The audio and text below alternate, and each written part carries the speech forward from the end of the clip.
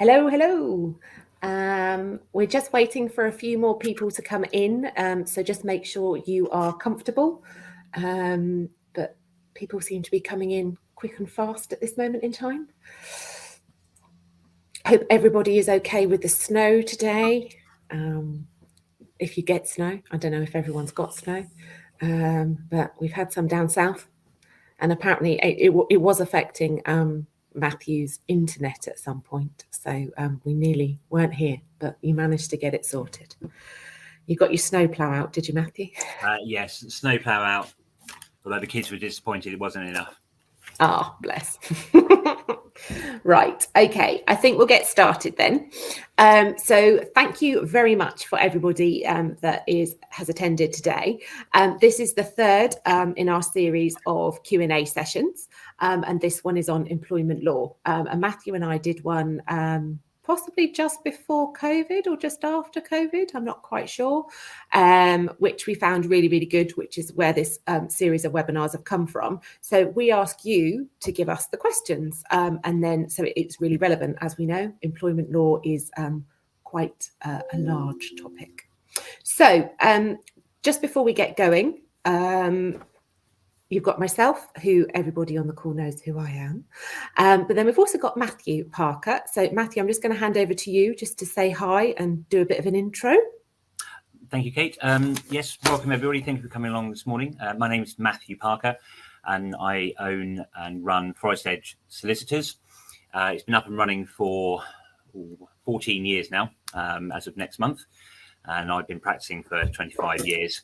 My main area is employment law and litigation. And Kate and I have been building our working relationship for the last 3 or 4 years now to complement each other from an HR ongoing point of view into the legal tribunal area as well. So we try and offer an all through service from the first question right up to the court and the tribunal. Perfect, thank you. So this is quite a relaxed webinar. It's not going to be too stuffy. And if you've got any questions, then please pop them into the chat. We've got the lovely Becca who's keeping an eye on the questions in the chat this morning. We will, if there's anything that's related to what we're talking about, we'll answer the question straight away. Otherwise, we'll wait till the end. And then I'll also ask if you've got any other questions as we go. But it's literally whatever question you have, please feel free to ask. So, people have been asking us, and you guys have been asking us questions. So I'm going to go to the first one, which is, does employment law include volunteers, please? I'm going to give that one to Matthew to answer. Thank you, Kate. Before I answer that, I just wanted to add one last little bit. If you do have any questions that we may not immediately have an answer for, or is a little bit more in depth than this morning, then we will, between us, take your details, come back to you and everybody else in the chat and give you that more detailed explanation. So the purpose of today is to give an outline review of the questions that Kate's just mentioned. So the first one then is, does employment law include volunteers? And the general answer is no, it doesn't as a starting point. A volunteer is somebody just giving up their time. To be an employee, you need to have a contract in place, and that contract is for payment of wages as a starting point. So normal employment rights, rights to maternity, holiday, sick pay, everything like that would not apply to a volunteer. However, as always with law, there are some exceptions. If you have any kind of contract for payment for expenses, for example, travel time, reimbursement, that sort of thing, you may end up with some employment law covering volunteers in those circumstances. So it's a good idea to look at your policy for reimbursement of expenses and treat it more as a blanket policy than a formal contract. The other bit to mention that will continue to apply to anybody is just general law. So things like health and safety, visitors, discrimination. These are all laws that apply to any visitors that you might have to your premises or that you have dealings with. So although employment law won't generally apply, there are many other areas that you will need to keep an eye on. What I would say, though, is if you do have employees, the law that you're looking at to protect them outside of employment law would apply to everybody else as well. So you're not likely to need to do anything extra, but just bear in mind that just because they're a volunteer, you still have to look after them. They just don't have any employment rights. Okay.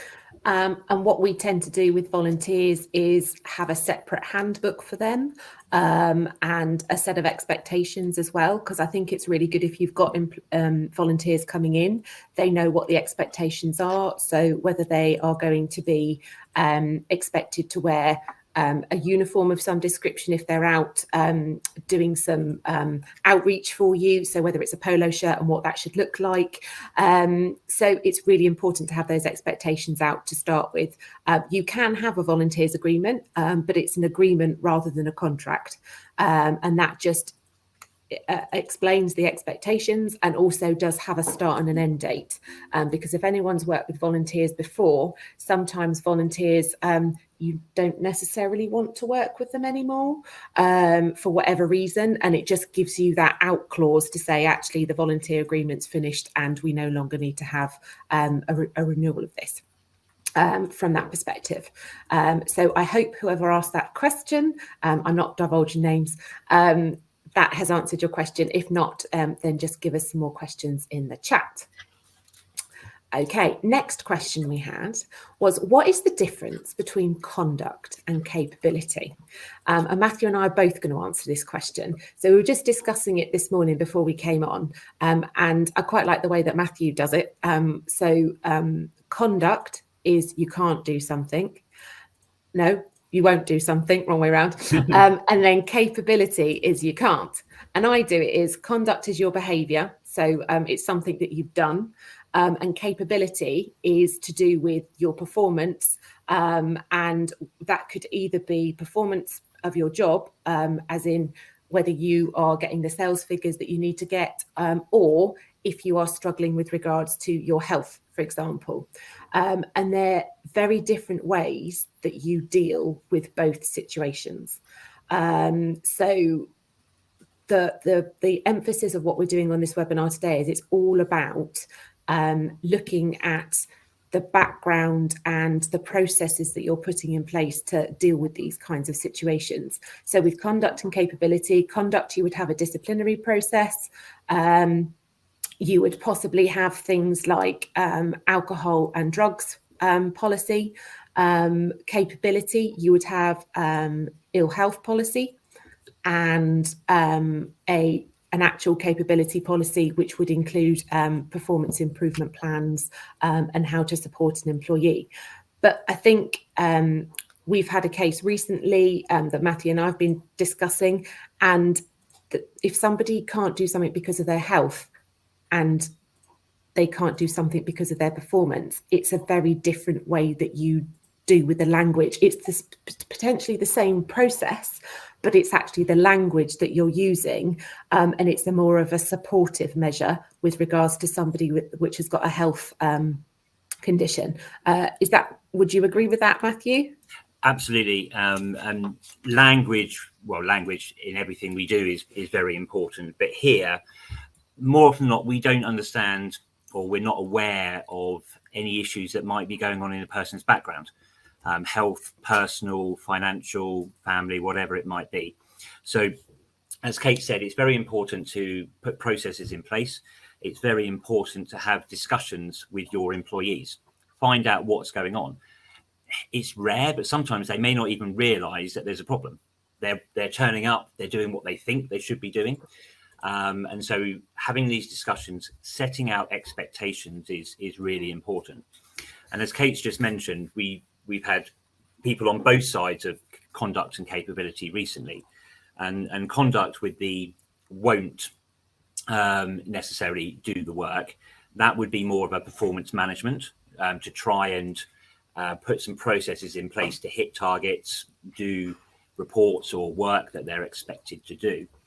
The capability, if you refer to that as performance management, then again, you're effectively saying to them that your performance isn't good enough. But actually, there could very well be a reason, medical reason or other reason for that, mental health and so on. And so referring it to a working strategy. We're here to work with you so that you can do your job and therefore benefit your employer, the employer as well, because you've employed them for a reason. You saw something in them at the beginning. Everybody wants to try and help people succeed because everybody benefits. So having that difference in language creates a more working environment with the employee, but they will know where they're coming from. So as I say, performance management for conduct would be the normal one after the initial discussion. But working strategies for progression would be a slightly different, better wording for the capability side of things. Just a question then, because we get asked it quite a lot. So if you've had somebody that, say, has failed to turn up to work on time for a while and you've put them on the disciplinary process with regards to conduct of the fact that they've not turned up, they've not followed the absence process, and they're on a first written warning, for example, and then all of a sudden their performance dips, would you do a second written warning because of the performance, or would they run in parallel to each other? I would tend, it depends on the circumstances, if I sit on the massive fence that's there. But generally, if there's a change in performance, so rocking up late, that generally that's in their control, but there may be a reason. Actually, are there, again, family issues, car issues, financial issues? But if their performance dips, I would probably put the lateness to one side briefly, start having the discussions about the performance, drill down if possible as to what's the cause of that. And then when you know more information, if it's linked, you can carry them on together or in a parallel, what have you. And if they're not linked, you've got two separate things that you need to keep an eye on, because you can't always combine issues to make one big issue. You may get caught by the tribunal later on. Yeah, So I would pause the first one, investigate the second one. And investigate is huge. As we said earlier about discussions with employees, investigation to the cause and demonstrating that you've put that time and effort in will always help in the long run. Yeah, perfect. Okay, so we're going to go on to the next question, which is, I've tried to group the questions in similar areas. And this one is about what is the law saying regarding neurodiversity and the potential exclusion in the workplace, as many neurodivergent characteristics are not a disability. So in the UK at the moment, neurodiversity is not currently recognised as a protected characteristic under the Equality Act. So employers are not legally required to make accommodations for neurodivergent employees. However, the Act does protect individuals with certain conditions that are often associated with neurodiversity. So things like autism, ADHD, dyslexia, dyspraxia, and these conditions can be considered disabilities. And generally, a disability is something that is a change to someone's ways of doing things for a prolonged period of time. Now, we work very closely with occupational health and also Matthew when we have challenges with employees that maybe have this, in order to see what we can do to support. So although it's not considered law, employers in the UK do have a legal obligation to make reasonable adjustments for employees with disabilities. And this can include anything. So things like changes to the workplace, providing additional support to ensure that individuals with disabilities are not disadvantaged in work. And also when you're actually recruiting for people, making sure that people aren't being discriminated against. So, for example, if you do a psychometric test or something like that, and somebody is dyspraxic or dyslexic, actually that's discriminating against them because they wouldn't provide a high enough score potentially to be able to pass what you're wanting. So when you're thinking about things like that in your recruitment, you should be looking at how you could do alternatives in case. Now, there are some really good positives, though, if you do look at how you can be a more inclusive organisation. So there's things like increased creativity and innovation. So neurodiverse individuals often have unique ways of thinking and problem solving, which can bring new perspectives and innovative ideas to the workplace. So when I worked in hospitality, we had a chef that came and worked and did an apprenticeship with us. And he had ADHD and autism. And we really, really did struggle with him when he was working in the evenings, being able to remember stuff. Now, we didn't know he had any of these conditions whatsoever, hadn't popped up. His apprenticeship provider hadn't said anything because they didn't know either. The first I knew about it was when I got his mum in reception screaming at me, saying, "What's going on? My son's being shouted at and things," at which point then we found out he had a support worker. We spoke to the support worker, and I believe 15 years on, he's still there. They put him on breakfast, and they took pictures of what breakfast should look like and the stages that you plate up breakfast and put them on the wall, and everybody got breakfast in exactly the same way.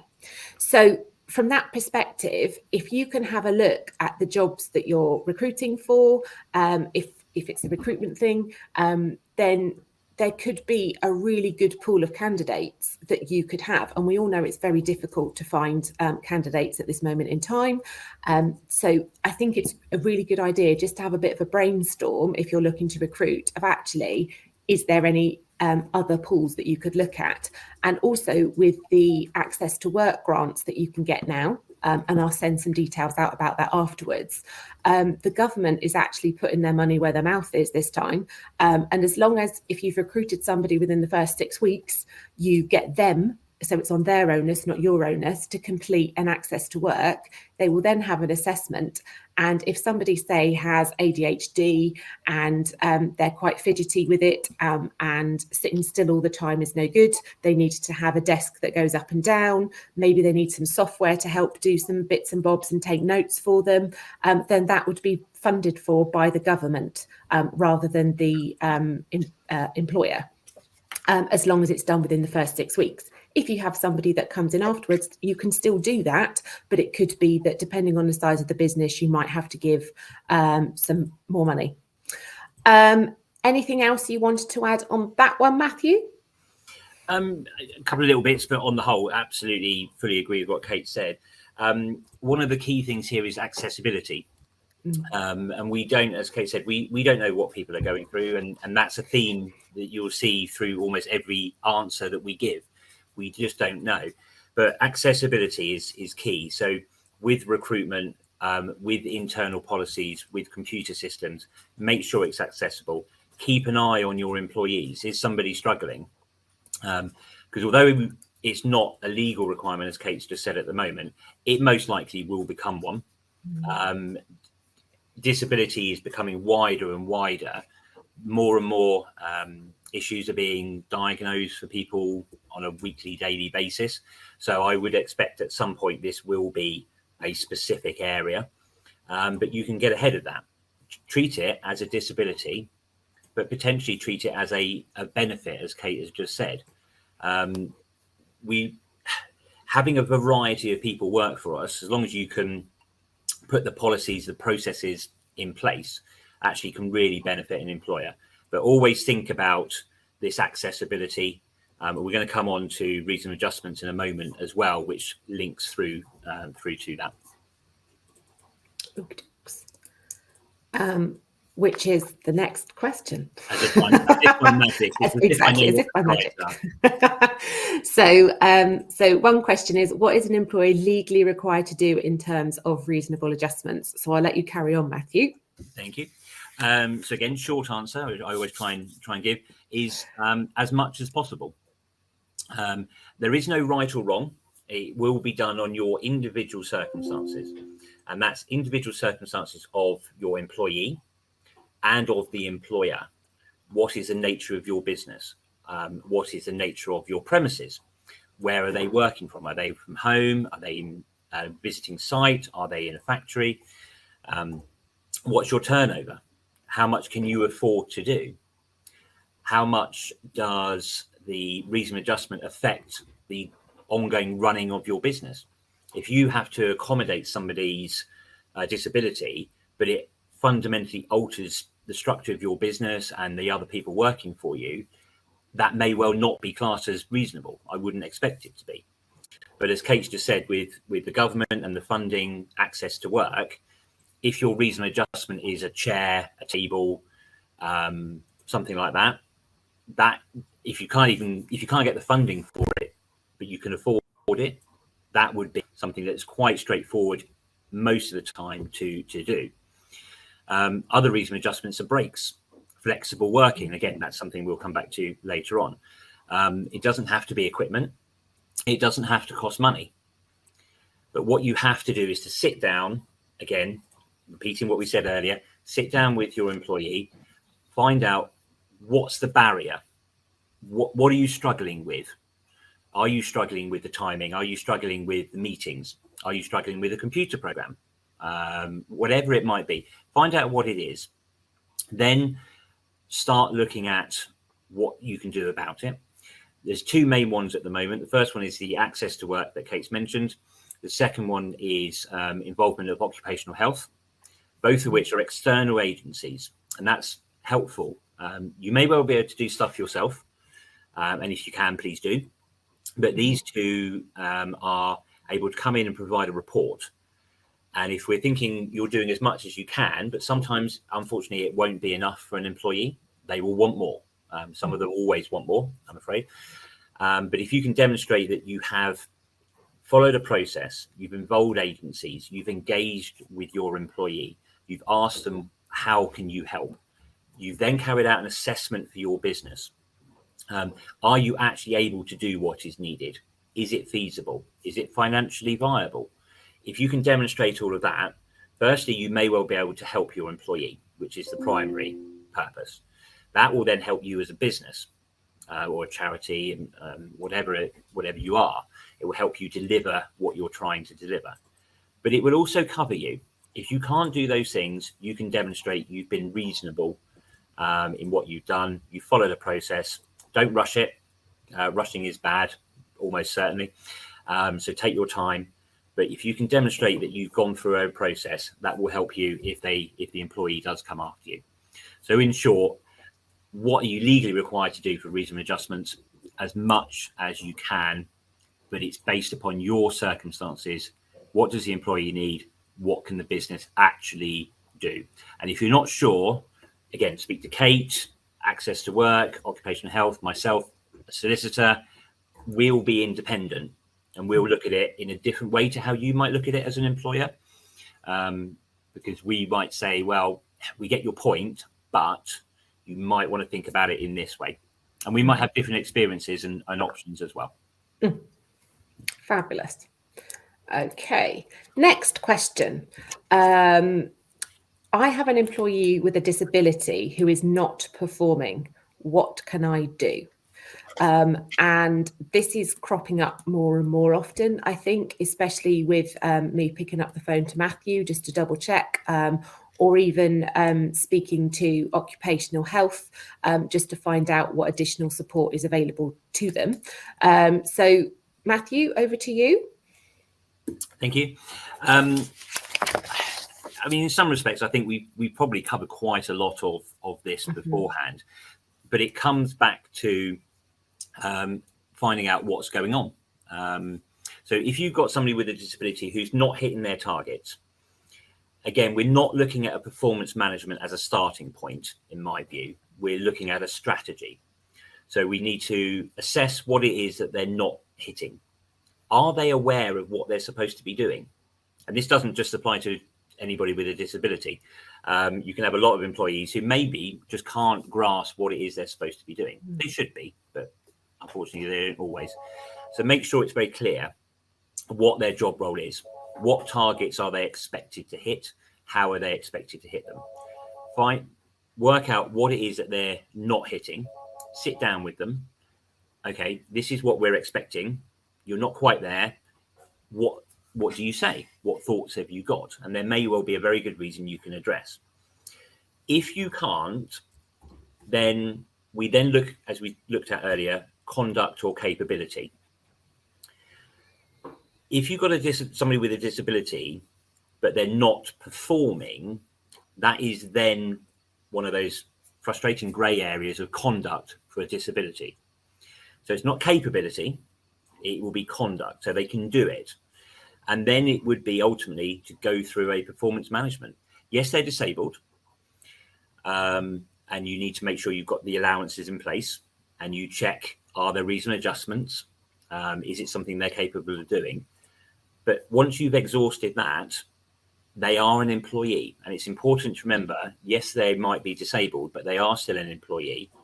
And you can go through the normal processes for disability and conduct and ability. You just have to make the allowances to get to that point in the first place. I think when we speak to people, there's quite a lot of hesitancy, Matthew, with regards to anyone that's got less than 2 years service, because obviously if you've got a protected characteristic, then there is that possibility of being taken to an employment tribunal for discrimination. But if somebody's, say, within their probationary period, would you suggest looking at that any differently? So this is something that actually I'm dealing with at the moment. And from a legal point of view, the 2-year window allows you to let somebody go without reason. You don't have to give them a reason.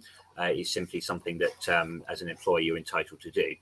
However, if you do that without giving a reason, you are probably creating a rod for your own back, because the tribunal and the employee have nothing to actually focus on. And so their starting point will be, hang on a minute, I'm disabled. You've let me go. You've given me no reasons. Therefore, it must be because I'm disabled. And that is going to cost you a lot of money and time to unpick. So my advice is that even though you don't have to give the reasons, I would strongly suggest that you do, so that you can demonstrate that the disability has nothing to do with why they've been let go. It's actually that they can't do their job. As long as you make sure that the reason they can't do their job is not linked to their disability as a starting point. So I would go further than the law requires, just because, as I say, I can see it through what I'm doing at the moment with the tribunal. You need to justify to a tribunal it's not disability related. And if you don't give reasons within that dismissal, why, for generally performance issues, you are on the back foot from the start. Yeah. Perfect. Thank you. And I always think that you should always consider yourself, if you were that person. And so if you were in their shoes, how would you like to be looked after or spoken to, and what processes would you expect? So if you're keeping to your own standards as an employer, then going forward, you can't really do much wrong. So just think about, how would you like to be treated? Okay, next question. Do I have to provide a reference for a former employee? And I had a very interesting call with Matthew the other day, because he picked up the phone and asked me a question. I like Matthew's simple answer to this one, which is no. No. Next question. No. So, again, as with everything, obviously there's more information, but the short answer is no. You don't have to give a reference unless it's in your employment contract to do so. So your contract will set out wages, holidays, allowances, and so on. And if it says, if you leave, we'll provide a reference, you absolutely have to provide a reference in those circumstances. But if it doesn't say it, no, you don't have to give a reference. However, I would say, why wouldn't you? Why would you not give a reference?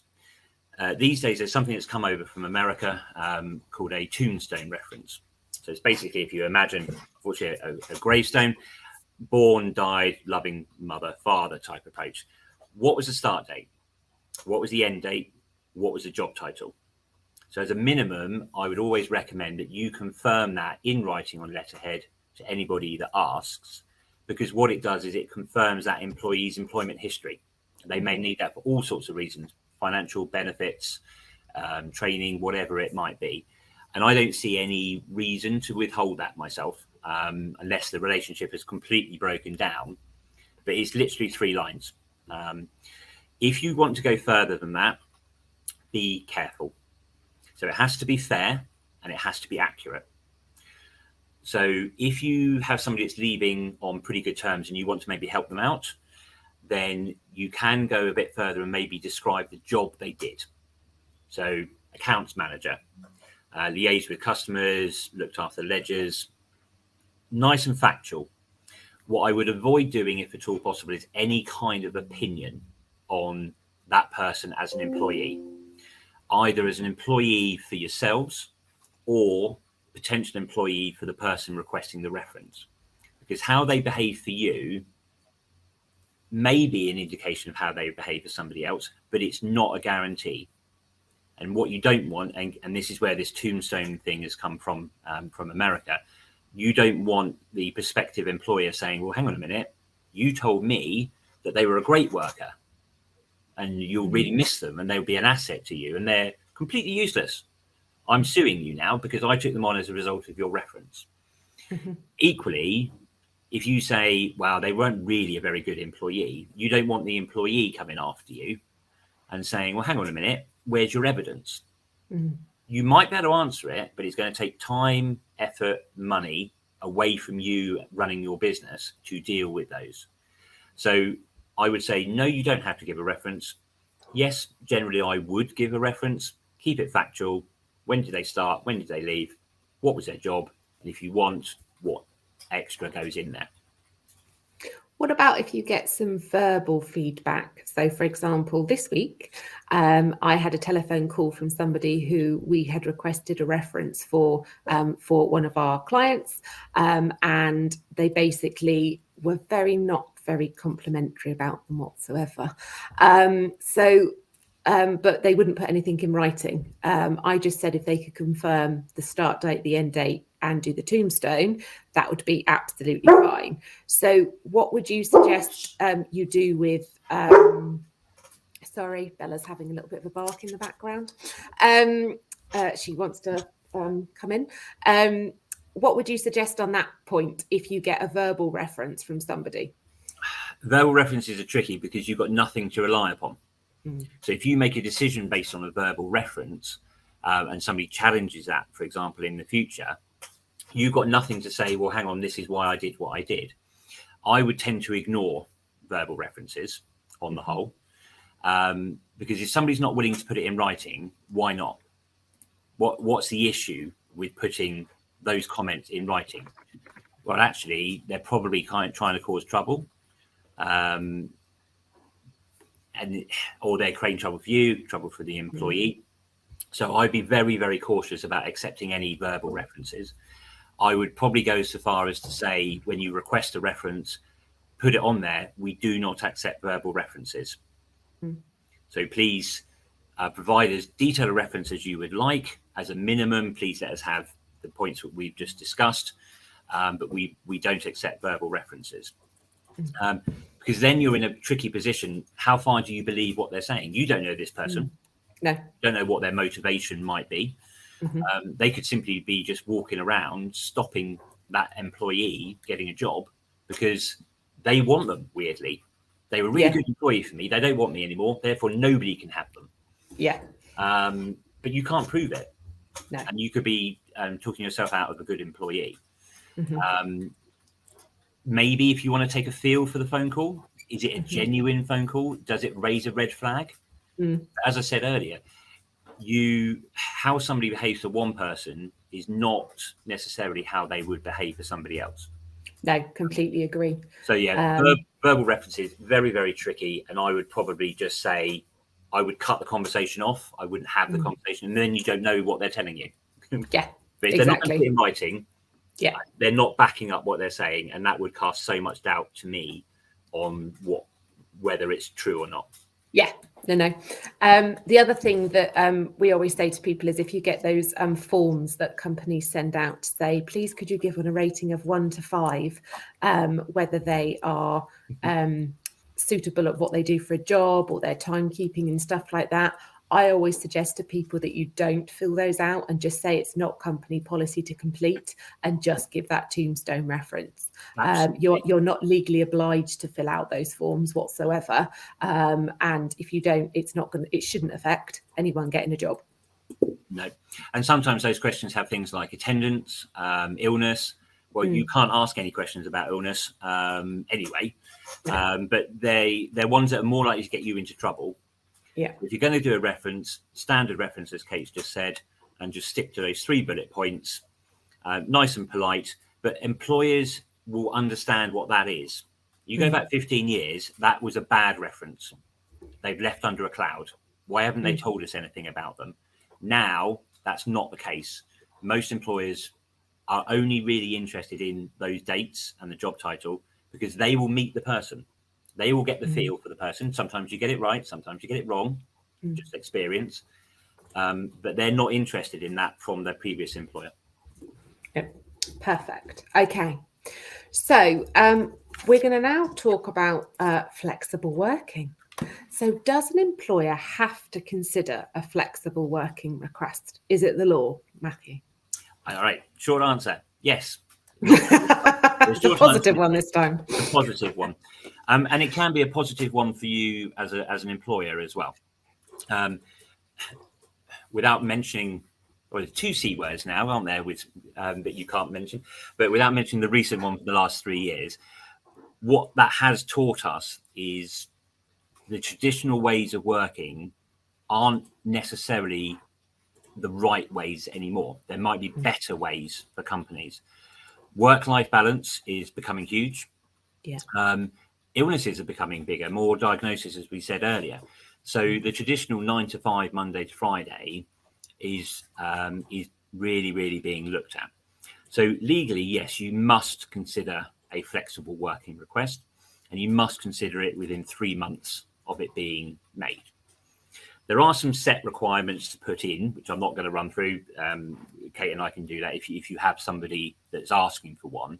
But ultimately, your employee should say, I would like to make a flexible working request because.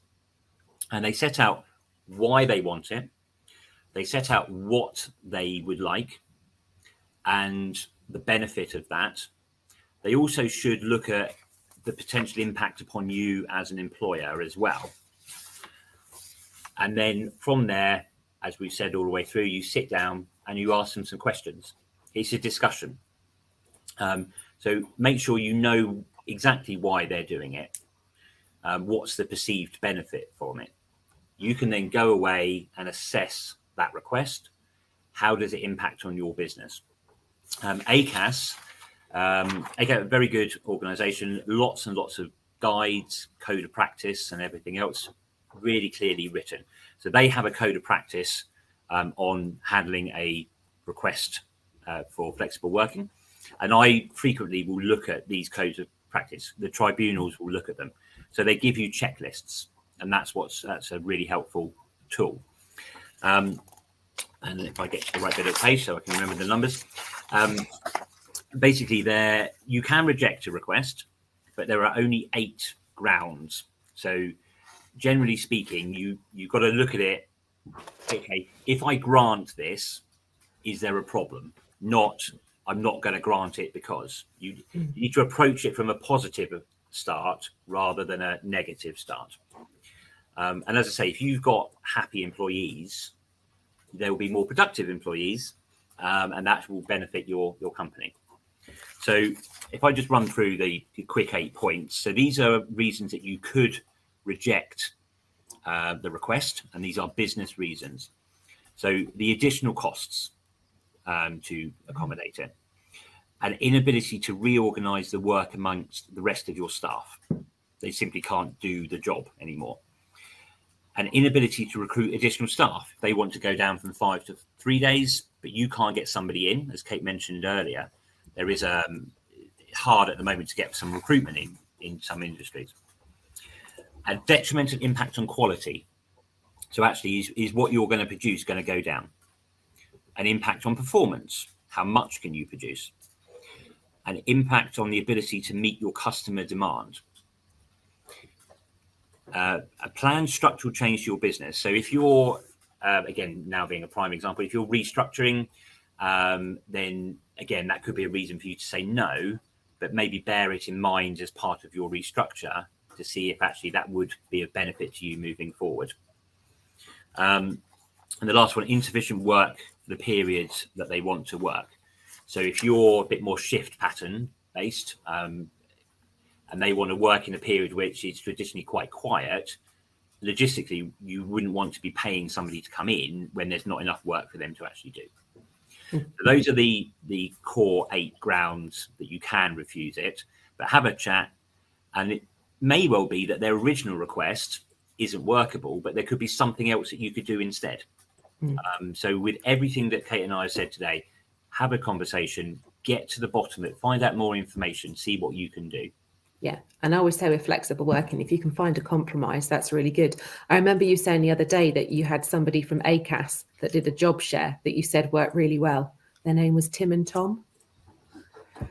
At which point, I think it was the ACAS conciliation people that you go back to and they job shared. Yeah, they do. And you can get job sharing to work, but I think it's the people that you have in the job share make it work. Yeah, absolutely. Rather than anything else. Okay, so our penultimate question of ones that have been asked, and I think this is quite prudent with hire and fire that you can, fire and rehire that you can, that people potentially are looking at doing at the moment with restructuring.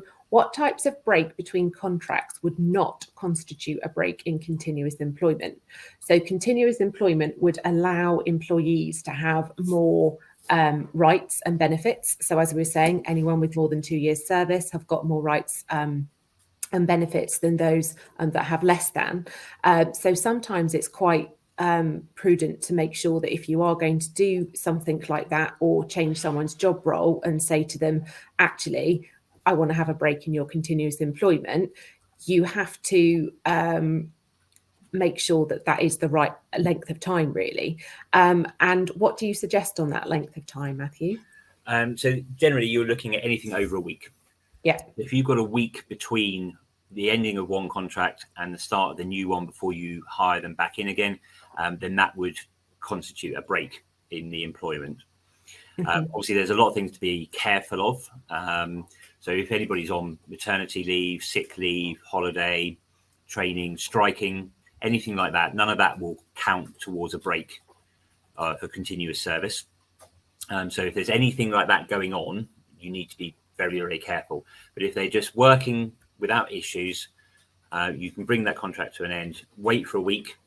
I might be tempted to wait 10 days, 2 weeks, just so it doesn't look too because it looks like what it is, unfortunately. And I think the law will change at some point in the next few years on this one, because it's being misused. The original purpose is not there anymore. But yes, anything over a week would be fine. Okay, perfect. Thank you.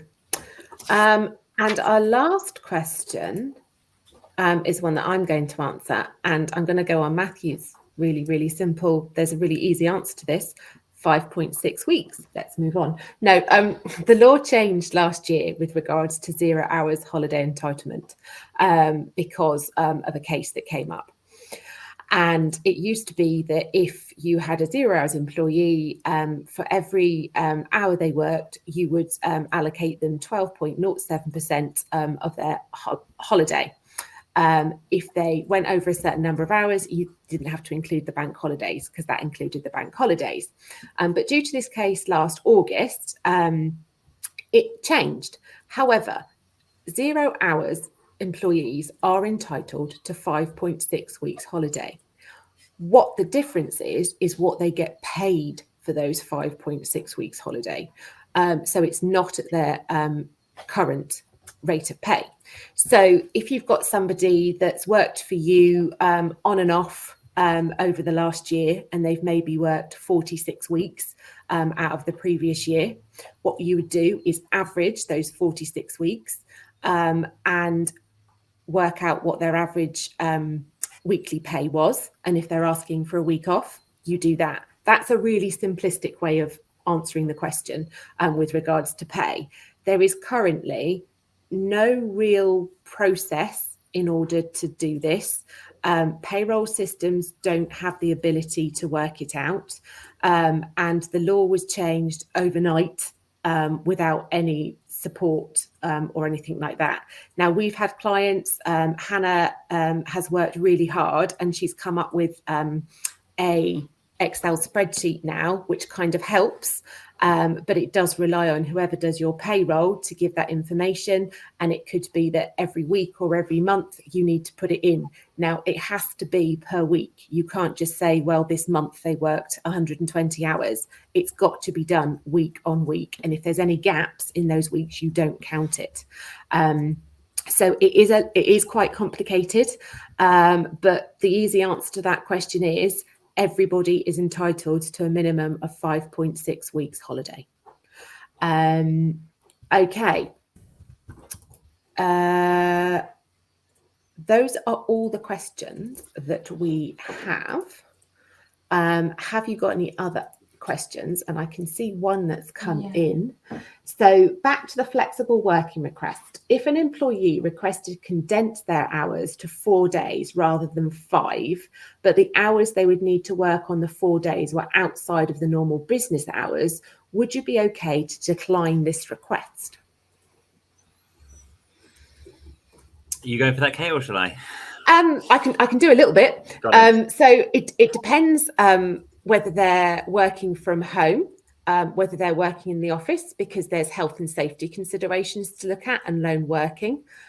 It is also whether they could do their job outside of working hours. So if they're on a till, for example, and the shop's closed, no.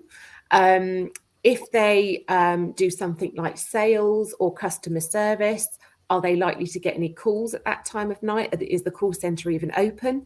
So I think from that perspective, it depends on what job role somebody is doing and whether there is the flexibility for somebody to do work and it be productive outside.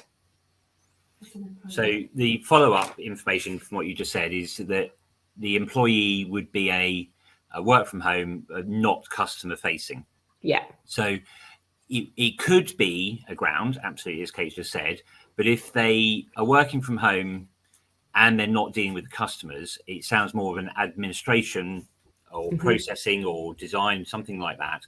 I would say you probably need to be a bit careful in refusing that request. If your normal business hours actually don't really affect the work that particular employee is doing. One of your other employees, it might be an absolutely nailed on answer to say, no, you deal with our customers. Our switchboard doesn't come on till 9 o'clock. You can't work from 7:30. That's pointless. But here, it may well probably not be a valid reason if they're not dealing with a customer. And this is important, particularly with, I was going to say mothers, but actually mothers, fathers, parents, flexible working, school-age children. I know I sometimes rearrange my days to cover off collection of children and so on. And actually having that flexibility around 8 to 9 o'clock, 3 to 4 o'clock, or whatever it might be, is an important aspect of it. So I think here you need to assess how that's going to affect your business. But if it's just that they want to do a little bit in the evening and it doesn't involve other staff, so you can't require another staff member to be available at 8 o'clock at night in case this particular staff member has a problem. But if that problem can wait till the next day, again, that's a way around it. So take it all on its own merits, but potentially not. But any more queries to the person who's asked the question, go to Kate and we can have a look at it later.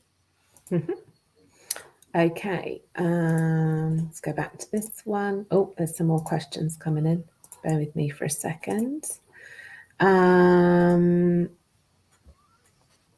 There's a question on the 0 hours. If I only track data for employee hours in months and not weeks, can I average it? No, you can't, unfortunately. It has to be per week. So unfortunately, and yes, we can get the 0 hours spreadsheet out. Right. Another question. How do you approach staff to tell them that they won't be issuing a pay rise in April. They are all above the national living wage at the moment, and the business can't afford to increase its labour costs currently.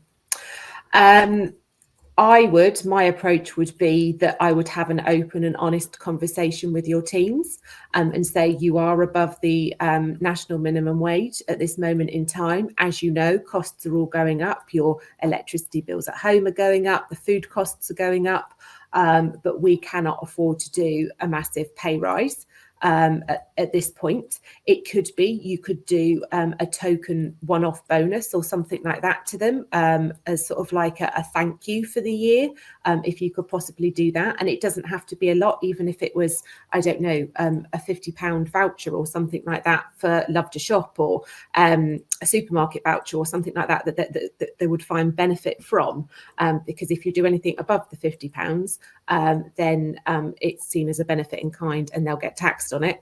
If you give them just cash, then they would get taxed on it. So it's just trying to think of something that might be suitable to say thank you and recognise what they've done for the previous year. Have you got any other thoughts on that, Matthew? No, I mean, that would generally fall into much more your area. Yeah. But I fully agree that it's being open. If your employees think you're hiding something, you build the wrong relationship up. And if you're just honest and say, we really appreciate what you're doing, you can see what's going on at the moment. If there's something else you can do, I know it's not monetary necessarily, but a thank you, pizza lunch, whatever it might be, anything like that to show some gratitude. No, it's not a pay rise, unfortunately, but appreciation goes a long way. But explanation, they may not like it, but the majority of them will understand, and they would actually appreciate the honesty that you involve them as a working family, which is what it is. Yeah. We've had some of our clients, instead of giving a pay rise, they use the Perks platform, which is a wellness and wealth platform that we offer to clients. And for less than £50 a year, they can get savings on loads of things online. They can get free access to things. So that could be something else that you might want to consider, that actually they could gain something from it, rather than just having a one-off amount of money. Give them an additional benefit like that, which is not going to cost you month on month. It's only going to cost you once for the whole year. But I can also send out details of those kinds of things as well after the webinar too. Okay, has anybody got any other questions that they would like to ask?